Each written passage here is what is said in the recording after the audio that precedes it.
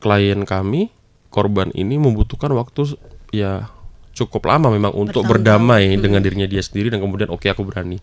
Itu mungkin satu. Yang kedua, mungkin memang ada rentetan kejadian-kejadian yang hampir serupa di beberapa kota di Indonesia, kan pada waktu itu ada di Garut, ada di Jakarta.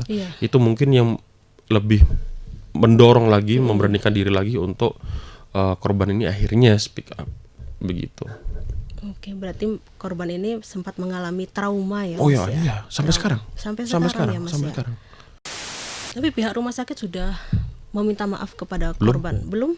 Sampai saat ini? Sampai podcast ini direkam ya. Oke. Sampai podcast ini diambil belum? Belum ada itikat baik kepada korban untuk meminta maaf ya, Mas ya? Belum ada statement resmi dari rumah sakit kepada klien saya pribadi, setidaknya ya, untuk meminta maaf belum ada.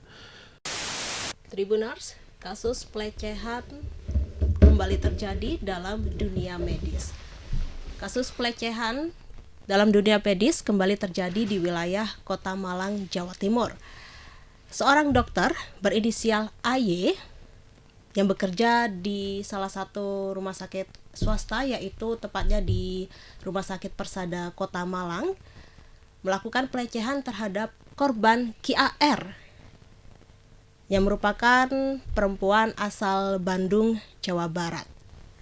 Untuk itu, agar lebih tahu seperti apa kronologi kejadiannya, saat ini telah hadir di studio Tribun Jatim Network, yaitu penasihat hukum terduga korban KAR, yaitu Satria Marwan SHMH.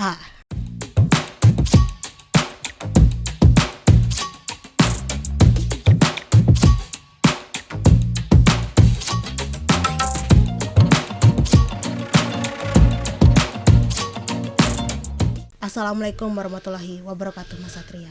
Waalaikumsalam warahmatullahi wabarakatuh. Terima kasih undangannya. Iya, sama-sama Mas. Sehat ya Mas ya? Sehat, alhamdulillah. Oke, mungkin bisa disapa dulu Mas Tribuners yang ada di rumah. Selamat siang. Teman-teman yang ada di rumah yang mendengarkan podcast kita pada hari ini. Semoga sehat selalu. Baik, terima kasih Mas atas waktu dan kesempatannya telah Terima kasih, sama-sama. Saya terima kasih juga. Malang ini ya Mas. Dan saya turut prihatin atas kejadian yang menimpa korban KAR. Dan sebelumnya Mas, mungkin bisa diceritakan kronologi kejadiannya itu kira-kira seperti apa kepada Tribuners yang ada di rumah? Ini kejadian sebenarnya terjadi di tahun 2022. Tahun 2022 di bulan September. Waktu itu klien kami, korban ini sebenarnya inginnya liburan di Malang ini, liburan karena bukan asli Malang kan. Ini ke Malang liburan, kemudian tiba-tiba merasakan sakit karena yang bersangkutan ini punya riwayat penyakit vertigo memang. Penyakit vertigo. Jadi karena sakit yang luar biasa mungkin ya, vertigo itu kan, mencari rumah sakit terbaik waktu itu di Malang. Ya bukan orang Malang, dia cari yang terbaik lah lewat Google. Setelah itu direkomendasikan Persada itu, dan memang harusnya itu rumah sakit terbaik. Saya harus akui, saya orang Malang asli, saya mengakui bahwa Persada salah satu rumah sakit terbaik di Kota Malang dengan fasilitas yang menurut saya standar internasional juga. Periksalah klien saya itu ke Persada, kemudian karena itu tengah malam posisinya, menjelang pagi bahkan, akhirnya yang buka kan UGD itu. Datanglah ke sana, diterima oleh dokter jaga, diperiksa oleh dokter jaga. Disitulah pertama kali korban bertemu dengan dokter ini yang kita duga sebagai pelaku ini. Pada pemeriksaan itu si dokter ini meminta nomor pribadi korban. Oh, berarti langsung meminta nomor pribadi korban itu. Tapi ada triknya. Kan kalau semisal orang asing tiba-tiba minta nomor telepon kan aneh ya. Aneh kan. Risih kita ya. Risih kan pasti. Jadi dia minta dengan alasan nanti kalau ada perkembangan medis mengenai mbaknya, nanti rumah sakit akan menghubungi. Jadi dia menggunakan alasan itu. Dikasihlah itu nomor telepon. Memang benar ada yang menghubungi, tapi bukan rumah sakit. Tapi si dokter langsung. Dan tidak ada sama sekali pembahasan mengenai medis. Pembahasannya? Mengenai hal-hal lain. Hal-hal lain di luar itu ya. Di luar sakitnya. Itu awalnya ya. Kemudian pada malam itu, malam pertama yang itu di tanggal itu kalau nggak salah tanggal 26 ya, 26 September. Kalau nggak salah. Tapi nanti coba, mohon maaf kalau salah dikoreksi. Kemudian berarti tanggal 27-nya itu kembali lagi ke rumah sakit yang sama karena sakitnya kok nggak hilang ya kan. Sakitnya nggak hilang, kembali lagi ke sana. Tengah malam juga. Pukul kira-kira? Terus terang waktu itu klien saya juga lupa ya, tapi kira-kira sekitar jam 1 pagi atau jam 12 lebih lah dini hari, karena mungkin karena efek kedinginan ya di Kota Malang ya. Datang ke sana ke UGD lagi, bertemu lagi dengan si dokter ini. Saat itulah kemudian oleh dokter UGD, nggak tahu oleh siapa, direkomendasikan untuk rawat inap. Nah di situ rawat inap. Sampai kemudian di esok harinya, berarti tanggal 28. Tanggal 28 itu ini kejadiannya di situ kuncinya. Di tanggal 28. Tanggal 28 sore. Inti kejadian ini semua di situ. Jadi dokter ini tiba-tiba masuk ke ruangan rawat inap, ke ruangan pribadi ya, ke ruangan ruangan ya bed ya. Berarti korban ini mulai rawat inap tanggal berapa? Tanggal 27 dini hari itu. 27 dini harinya itu ya. Nah, saya kalau nggak salah besoknya, bukan tanggal 27-nya ya, tapi 28-nya atau 28-nya. Itu otomatis kalau kita rawat inap kan pasti kita disuruh nunjuk dokter yang kita mau pilih, ya kan, dokter spesialis yang mau kita pilih. Yang pada intinya dokter jaga yang di UGD itu bukanlah dokter yang dipilih untuk menangani sakitnya, karena dia cuma dokter jaga dan dia bukan dokter spesialis. Tanggal 28, kembali lagi cerita yang tadi, tanggal 28 dokter ini tiba-tiba datang ke dalam ruangan seolah-olah ingin memeriksa kondisi pasien, kondisi korban. Sebenarnya klien saya itu juga tahu kalau sebenarnya dokter ini bukan dokter yang dia pilih untuk memeriksa dia.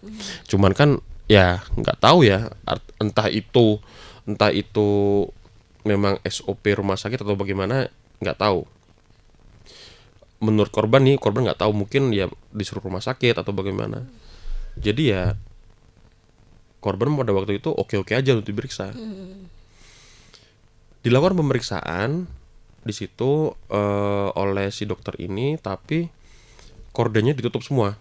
Jadi bisa bayangkan kan kalau teman-teman semisal ke rumah sakit itu kan di sekitar bednya itu kan ada kayak korden gitu ya. Nah itu ditutup semua sama si dokter ini. Kemudian dokter ini meminta klien saya untuk membuka bajunya. Waktu itu pakai baju rumah sakit itu yang model kimono itu loh. Iya. Itu berarti di dalam itu ada hanya dokter dan pasiennya aja. Iya. Cuma karena kan klien saya ini kan gak punya saudara ya berarti gak ada keluarga yang mendampingi korban itu? Gak ada. Sendirian. Apa sih nih? Jadi mau liburan jadi sakit ini sebenarnya. Nah,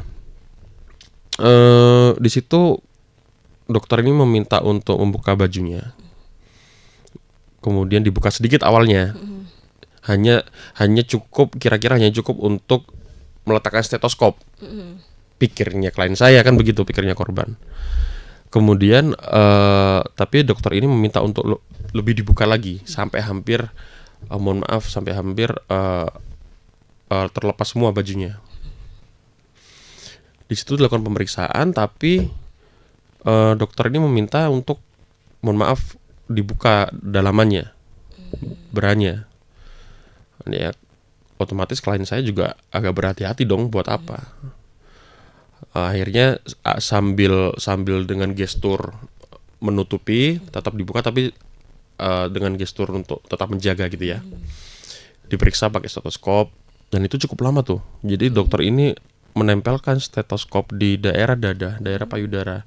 Itu cukup lama. Kira-kira 10 menit total. Itu kan lama kan, Mbak? Iya. Kalau kita periksa ke dokter kan nggak selama itu dokter. Sudah. Iya kan begitu. 5 detik Iya, sudah. itu cukup lama kanan dan kiri. Dan apa namanya, di situ si dokter ini mengeluarkan handphone. Oh, handphone juga. Iya. Setelah waktu ditanya sama klien saya, ngapain kok ngeluarin handphone? Jawabannya balas WA. Tapi saat itu saat itu klien saya yakin di situ si dokter ini mengambil gambar. Meskipun belum bisa terbukti ya, tapi yakin aja. Disitulah kemudian akhirnya klien saya merasa nggak nyaman, korban ini merasa nggak nyaman, mengenakan lagi semua pakaiannya dan tidur membelakangi dokter tadi. Itu sebagai gestur ya kamu pergi dong, aku udah nggak nyaman nih, gitu. Tapi dokter ini tahu nggak di dalam ruangan tuh berapa lama? 1 jam. 1 jam. Dan semoga nanti CCTV bisa menangkap itu ya. 1 jam kurang lebih. Jadi kira-kira masuk jam 4 atau 4 lebih, jam 5 kira-kira baru keluar. Padahal sudah diusir dengan secara halus kan? Iya. Ya, itulah yang terjadi. Itu kurang lebih yang terjadi. Kan ini kan kejadiannya tahun 2022, September 2022 ya Mas ya. Kenapa korban baru speak up sekarang? Gini, pertama kita nggak pernah tahu ya apa yang dirasakan oleh korban. Tidak hanya klien saya, tapi korban-korban kekerasan atau korban pelecehan dimanapun kita nggak pernah tahu. Ada trauma, ada ketakutan, ada rasa minder mungkin. Membutuhkan courage atau keberanian yang luar biasa untuk speak up, untuk membuka itu semua.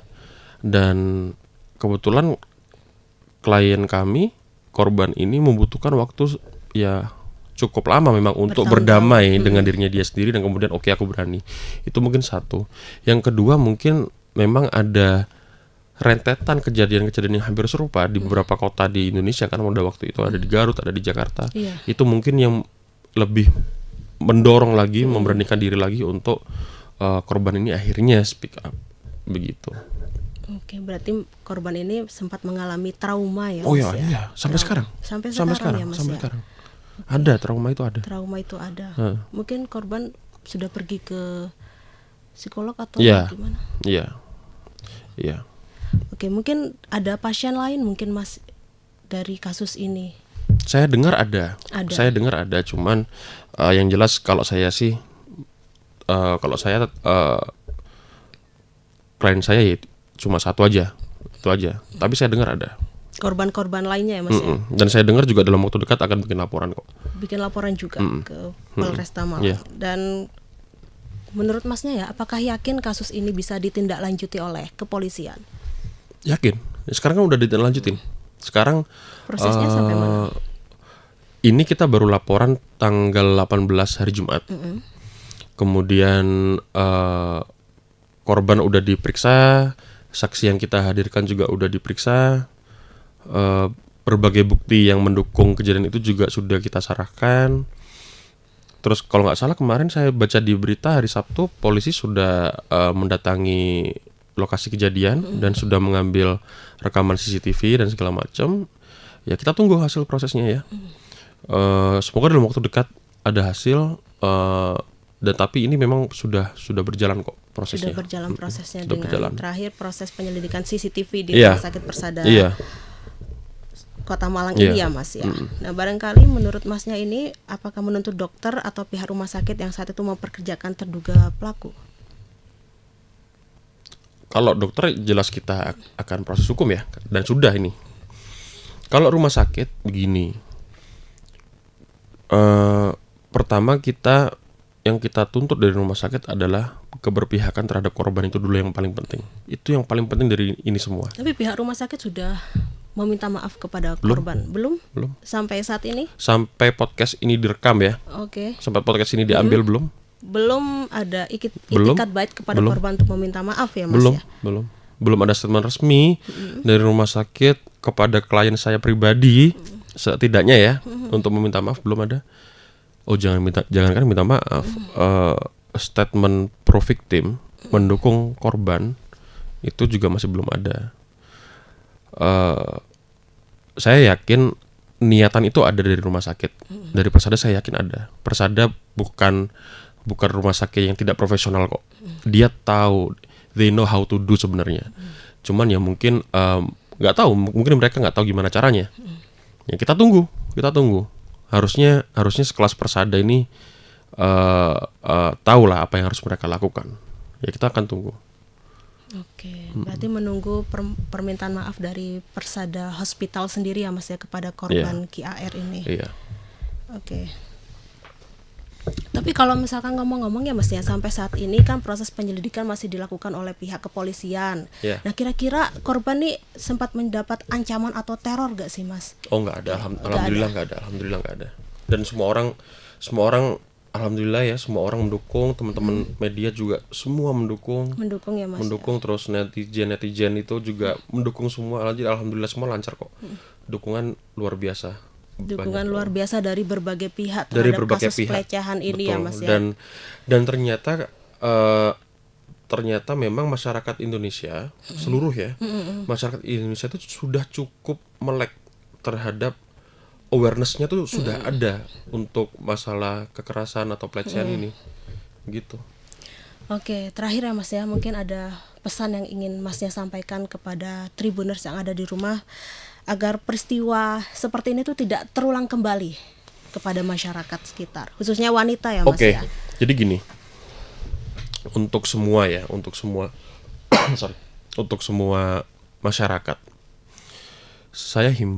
kami himbau semua yang merasa dirinya korban atau pernah menjadi korban untuk tidak usah takut untuk mengungkap peristiwa yang terjadi.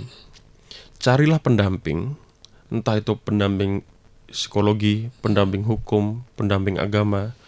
Carilah para pendamping untuk menguatkan diri kalian untuk membuat laporan.